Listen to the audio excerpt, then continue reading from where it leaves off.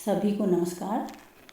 छात्रों, जैसा कि आप सभी जानते हैं, वैश्विक महामारी के इस दौर में हम कक्षाओं में अध्ययन अध्यापन नहीं कर पा रहे हैं। आपका अध्ययन बाधित न हो इसलिए हम इलेक्ट्रॉनिक मीडिया के ज़रिए आपके लिए व्याख्यान प्रस्तुत कर रहे हैं। मैं डॉक्टर संगीता गोगिया, सह आचार्य गौरी देवी राजकीय महिला महाविद्यालय अलवर, आपको एमए उत्तरार्ध हिंदी के तृतीय प्रश्न पत्र भाषा विज्ञान के अंतर्गत भाषा क्या है विषय पर जानकारी देने जा रही हूँ। छात्रों, हम सभी भावाभिव्यक्ति के लिए जिस माध्यम का इस्तेमाल करते हैं उसे ही हम भाषा कहते हैं। आप सभी इस शब्द से परिचित हैं, जानते हैं और इसका व्यवहार भी करते हैं, लेकिन कभी भी हमने यह नहीं सोचा होगा, नहीं जानने की कोशिश की होगी कि वास्तव में भाषा क्या है। आज जो हम व्यवहार में ला रहे हैं, जो बोल रहे हैं, ये सब कहाँ से आया, कैसे आया, इसकी उत्पत्ति कैसे हुई।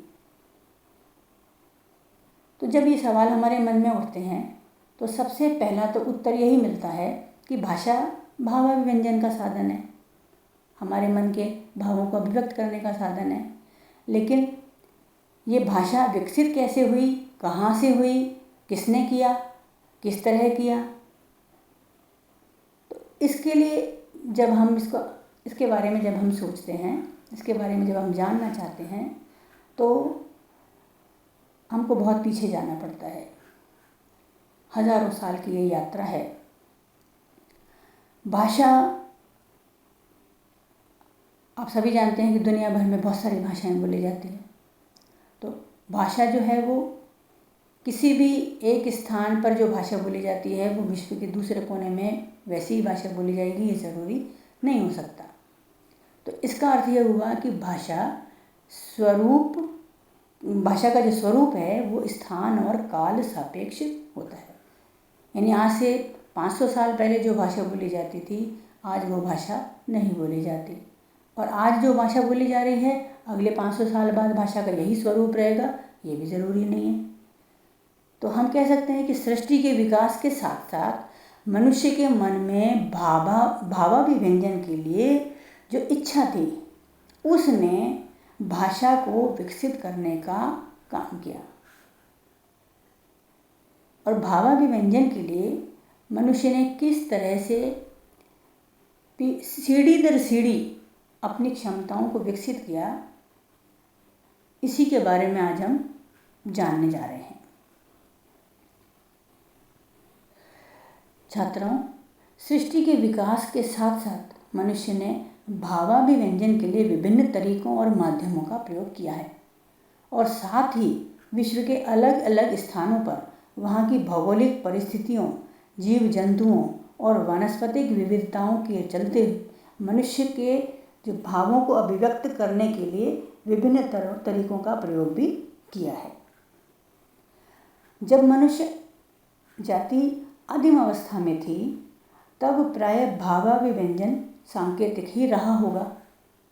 कह सकते हैं ना अपन कि सांकेतिक से अर्थ यह है कि जब हम जानते नहीं थे ध्वनियों के बारे में, तो हम क्या कर रहे हो, किसी वस्तु को समझना हो, किसी बात को बताना हो तो हम क्या करते होंगे, हम संकेत ही करते होंगे, इशारे करते होंगे। जैसे किसी को बोलना नहीं आता, कोई गूंगा होता है तो वो क्या करता है, हाथ के इशारे करता है ना, आंगिक चेष्टाएं करता है। तो ऐसी ही चेष्टाओं के द्वारा भावाभिव्यंजन होता रहा होगा। लेकिन जैसे जैसे कालांतर में बुद्धि का विकास होता गया और मनुष्य सभ्य होता गया, तो इस प्रक्रिया में भावाभिव्यंजन भी अधिक परिष्कृत होता गया होगा, और मनुष्य और सभी जीव जंतु अपने मुख से कुछ विशिष्ट ध्वनियाँ उत्पन्न कर सकते हैं, ये हम सब जानते हैं।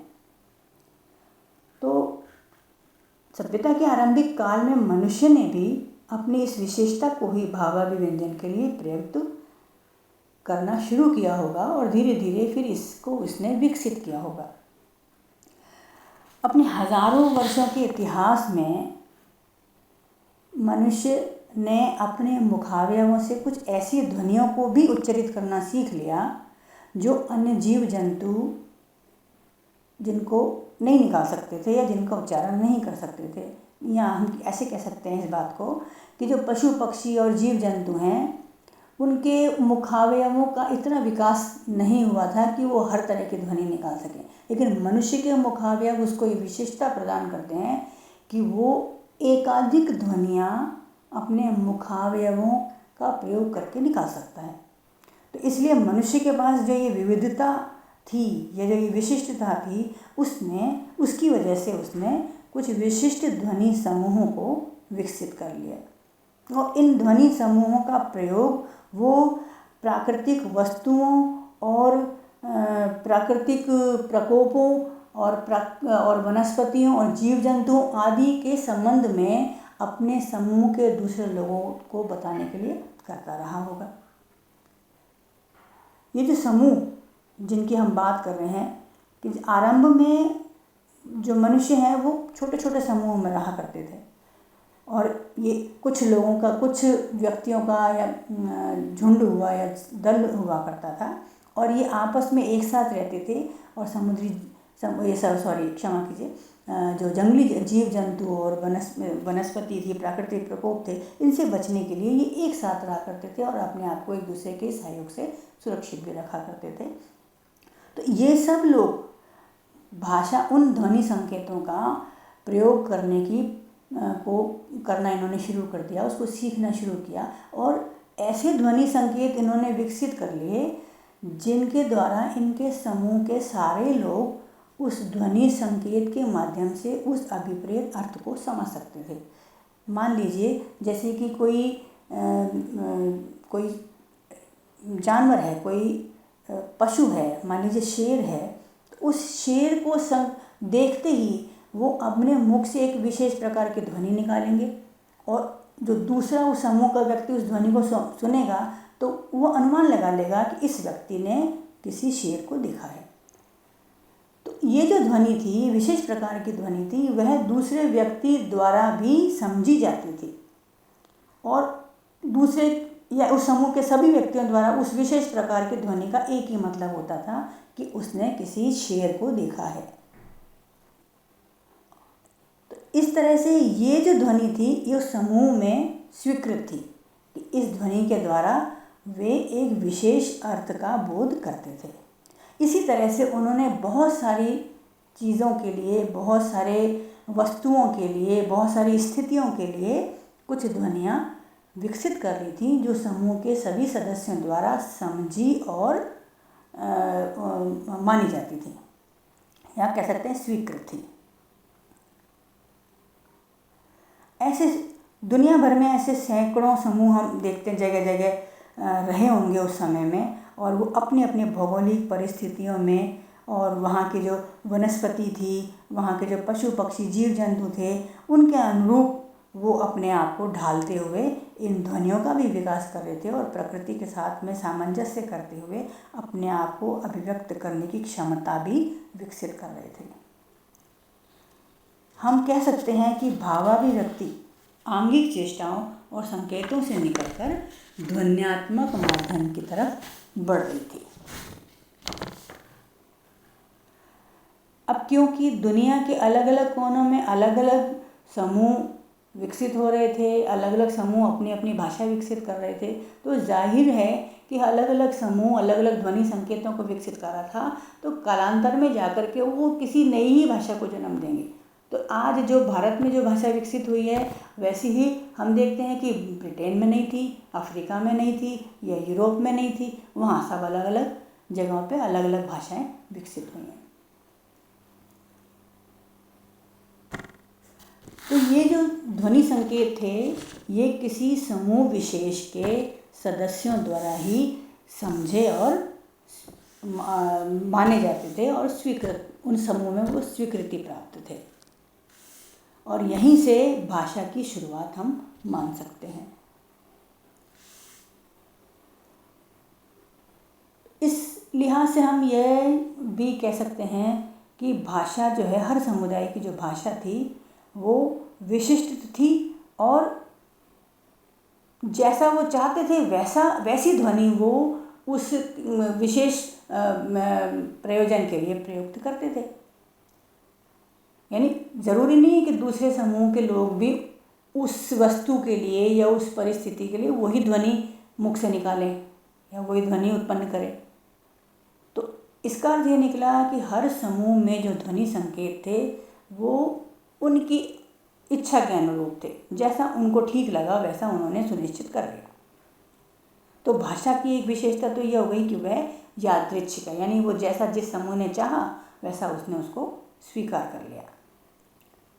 दूसरा कि ये जो ध्वनियाँ थीं वो किसी एक पशु पक्षी या किसी वस्तु या किसी प्राकृतिक स्थिति आदि के लिए रूढ़ हो गई थी। यानी वो एक ध्वनि किसी उसी एक स्थिति या एक ही व्यक्ति या किसी एक ही पशु या एक ही पक्षी का ही बोध कराती थी। तो इस तरह से हम कह सकते हैं कि भाषा की दूसरी विशेषता यह हो गई कि ये ध्वनि संकेत रूढ़ होते थे।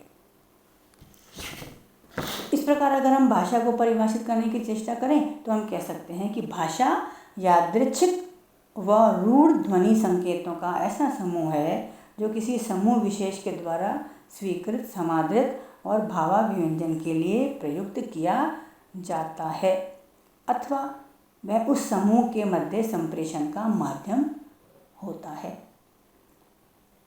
इसके अलावा इसकी एक विशेषता और है कि वह जो संकेत थे वो किसी अर्थ को अभिव्यक्त करते थे। तो भाषा जो है वो सार्थक होती है। तो भाषा सार्थक ध्वनि संकेतों का समूह है जिसका कोई अर्थ होता है, बिना अर्थ के भाषा नहीं होती। भाषा का आधुनिक स्वरूप विकसित होने में कई हजार साल लगे हैं। आज जो हम संप्रेषण के लिए जिन माध्यमों का उपयोग कर रहे हैं वह मनुष्य जाति के उच्चतर बौद्धिक विकास का परिणाम है। ज्ञान और विज्ञान के विकास के साथ साथ भाषा में भी नवीन अर्थों का और शब्दों का समायोजन होता रहा है और आज हमारी भाषा संप्रेषणीयता की दृष्टि से अधिक सफल है, सशक्त है और विविधतापूर्ण भी हो गई है। आज विश्व की हर भाषा में रोज़ नए नए शब्द जुड़ रहे हैं। ज्ञान विज्ञान का इतना विस्तार होता जा रहा है कि रोज़ नए शब्दों की रचना हो रही है और शब्द भंडार अधिक से अधिक समृद्ध हो रहा है। आज हमारा निजी जो शब्द भंडार है वो भी बहुत समृद्ध हो गया है।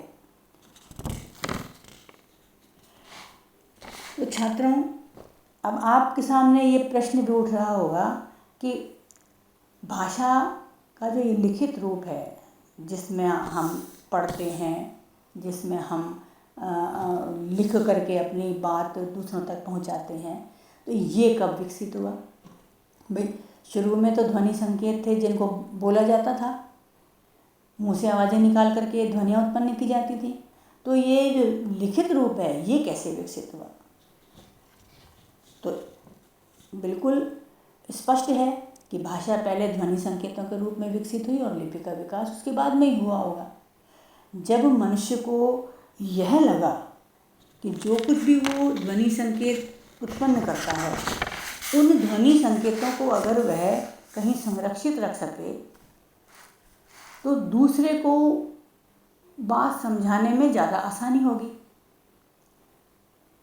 क्योंकि जो बात हम बोलते हैं, जो ध्वनियाँ हम उत्पन्न करते हैं, वो ध्वनि उत्पन्न होती है और नष्ट हो जाती है। कोई बात बोलने के बाद खत्म हो जाती है, लेकिन जो कुछ भी वो प्रकृति के प्रति, जीव जंतुओं के प्रति, अपने आसपास के वातावरण के प्रति अनुभव करते थे, उन अनुभवों को वो कैसे अभिव्यक्त करें कि जो व्यक्ति उनके सामने नहीं है, उनके चाहे वो समूह का ही क्यों ना हो, उस तक भी वो पहुंच सके। तो यह जब कठिनाई उनके सामने आती थी तो मनुष्य के मन में ये इच्छा हुई कि वह जो कुछ भी वह ध्वनि संकेत उत्पन्न कर रहा है उनको संरक्षित भी कर सके। या बहुत सारी ऐसी चीज़ें हैं, जैसे मान लीजिए कि कोई सदस्य ऐसा है कि जो ध्वनि भी नहीं निकाल सकता मुख से, तो उसके सामने समस्या है कि वो उस बात को कैसे अभिव्यक्त करेगा। तो उसके लिए उन्होंने अपनी इस भावुक व्यक्ति को और ज़्यादा सशक्त बनाने के लिए उन्होंने कुछ वस्तुओं के चित्र बनाना शुरू किए। वस्तुएं कौन सी? जो रोज़ प्रकृति में देखते थे, जैसे सूर्य उगता है, जैसे पेड़ पौधे हैं, जैसे पशु पक्षी हैं, फूल हैं, और नदी है। तो इस तरह के जो दृश्य जब वो देखते थे तो उन सब के बारे में अभिव्यक्त करने के लिए, क्योंकि वो उसको ठीक से समझा नहीं पाते थे ध्वनियाँ निकाल करके भी, तो उन्होंने कुछ चित्र बना करके और चित्रों को कुछ क्रमबद्ध रूप से लगा करके अपने भावों को, अपनी बातों को या अपने मन की, अपने जो उनके मन में जो भावनाएं उठती थी उसको अभिव्यक्त करने के लिए इस तरह के माध्यम का प्रयोग करना शुरू किया। आज के लिए इतना ही। इस अध्याय का शेष भाग हम अगले व्याख्यान में समझेंगे। धन्यवाद।